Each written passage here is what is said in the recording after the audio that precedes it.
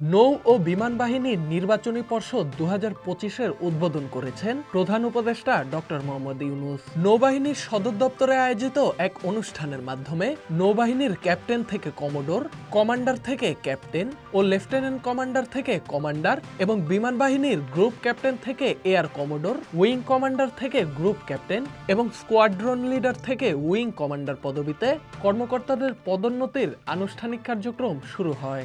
সর্বোচ্চ নীতি নির্ধারণী পর্যায়ে সামরিক কর্মকর্তাদের সমন্বয়ে গঠিত এ নির্বাচনী পর্ষদ সরকারের অনুমোদন সাপেক্ষে নৌবাহিনী ও বিমান বাহিনীর ভবিষ্যৎ জ্যেষ্ঠ নেতৃত্বের জন্য যোগ্য ও দক্ষ কর্মকর্তা নির্বাচন করবেন তারা।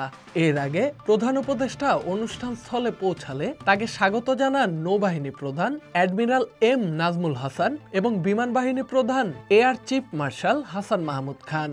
অনুষ্ঠানের শুরুতেই মাইলস্টোন স্কুল অ্যান্ড কলেজে সংঘটিত মর্মান্তিক বিমান দুর্ঘটনায় নিহতদের স্মরণে 1 মিনিট নীরবতা পালন করা হয়।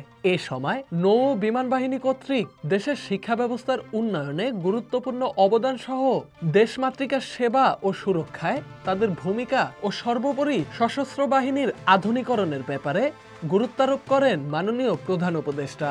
নৌ ও বিমান বাহিনীর নির্বাচনী পর্ষদের উদ্বোধনী অনুষ্ঠানে সংশ্লিষ্ট সামরিক ও বেসামরিক ঊর্ধ্বতন কর্মকর্তারা উপস্থিত ছিলেন। অনুষ্ঠান শেষে নৌবাহিনী সদর দপ্তর প্রাঙ্গণে একটি বৃক্ষরোপণ করে নৌবাহিনী, বিমান বাহিনী ও বাংলাদেশের সমৃদ্ধি কামনা করেন প্রধান উপদেষ্টা। Dhaka express news desk.